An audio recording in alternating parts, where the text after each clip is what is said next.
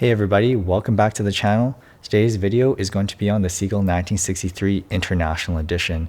Now if you're watching this video, there's a pretty good chance that you've already watched videos on the Seagull 1963, but the main difference for this video is that we are looking at the International Edition.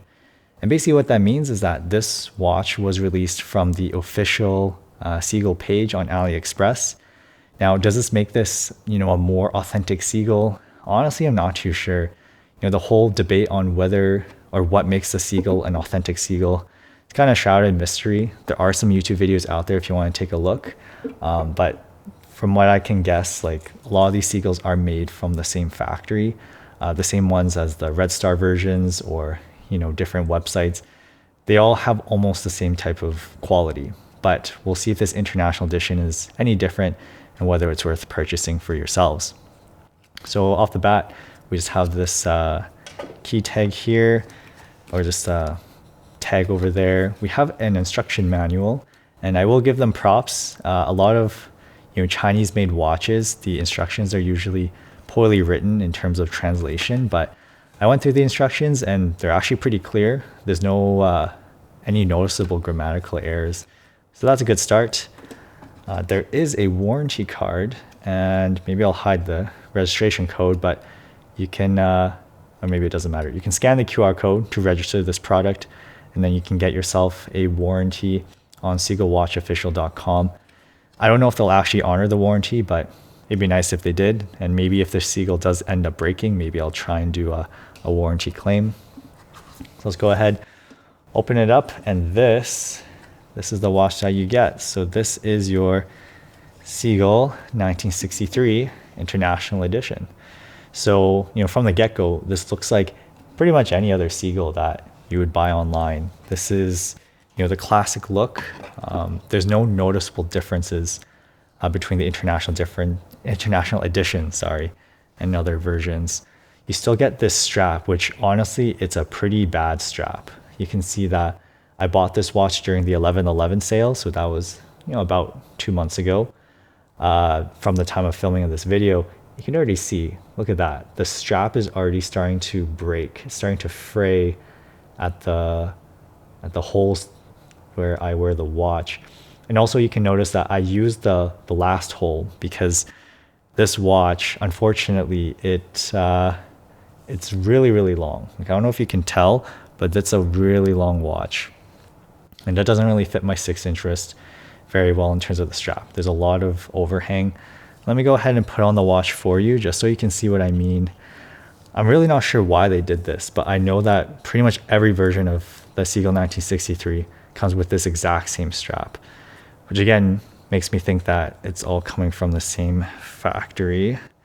So let me just get this on for you. Let's see if I can get a good angle. So you can see there's a bit of overhang, actually quite a bit of overhang. The strap is actually like relatively comfortable, but it definitely feels cheap.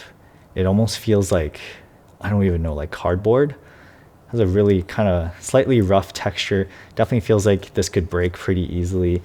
It looks nice though. Like I feel like what is this? I'm colorblind, so I don't know if this is green or brown, but this green/brown strap, it works with the, the overall motif or the overall color and design of the 1963. So that's good.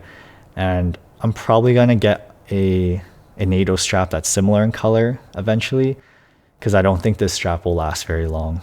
It'll probably only last a few more months, which is, that's pretty bad, right? I think you'd expect a strap to last you at least like a few years, but this one, I don't know, maybe a few months, because you can see it's fraying quite a bit over there. So that's unfortunate.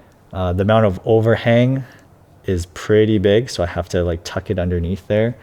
So that's unfortunate, but it's in line with other Seagulls. If you don't get the international version, you'll run into the same problem. So let's get it off the strap.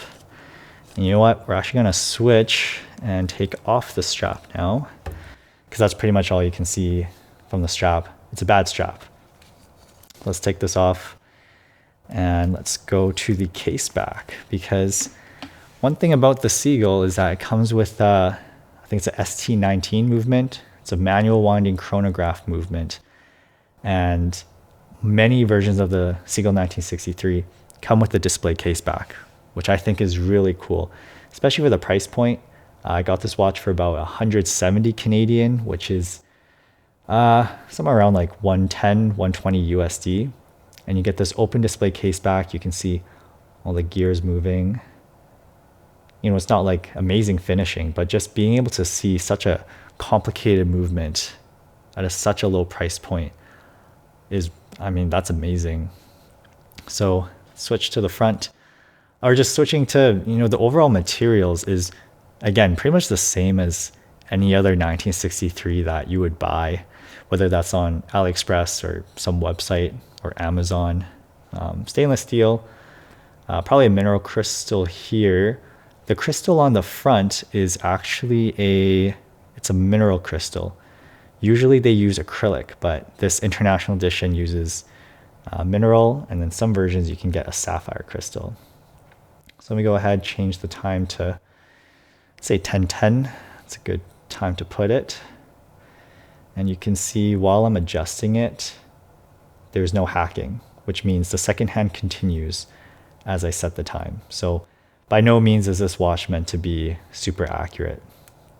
So seconds, this is your chronograph timer, and the chronograph hand sits at 12 o'clock. So let's turn on the chronograph and we'll see that go. This writing on the bottom says like Tianjin Watch Factory, which is what Seagull used to be called. And then 22 Zwan, I think it means like 22 jewels. And you got the star in the middle. So that is your chronograph. You press stop, you reset. I have been told that you shouldn't use the chronograph too much, because apparently that compromises the integrity of the movement.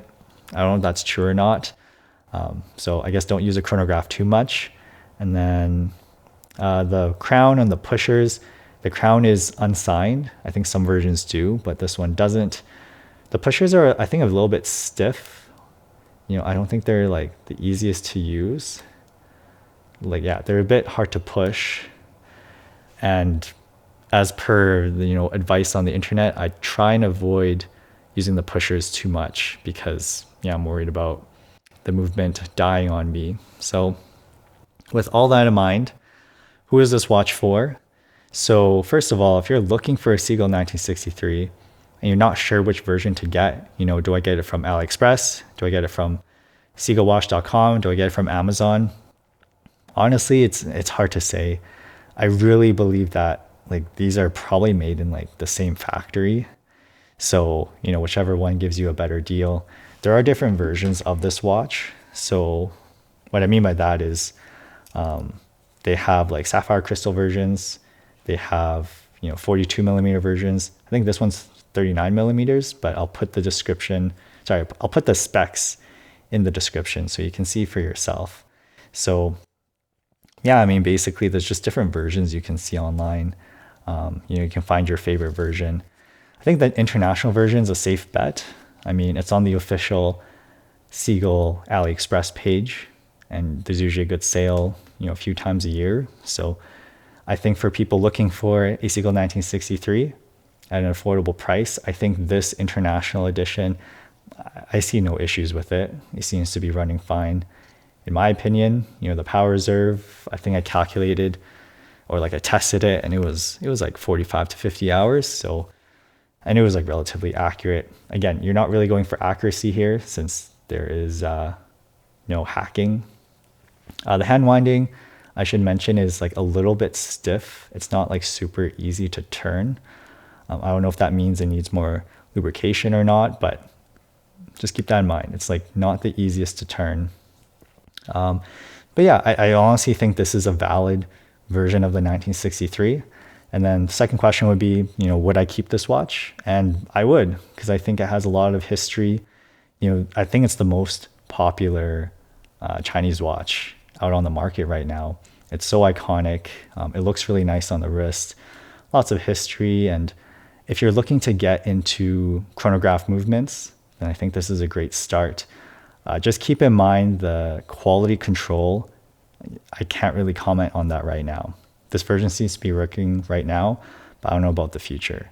So again, keep that in mind. If you get a Seiko, there's probably more reliability, but for these Seagull watches, that's yet to be determined.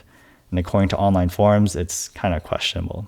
So on that note, thank you so much for watching my review of the Seagull 1963 International Edition. Let me know your thoughts on whether it's worth buying this version over others. And be sure to subscribe for more videos. And as always, I'll see you guys next time.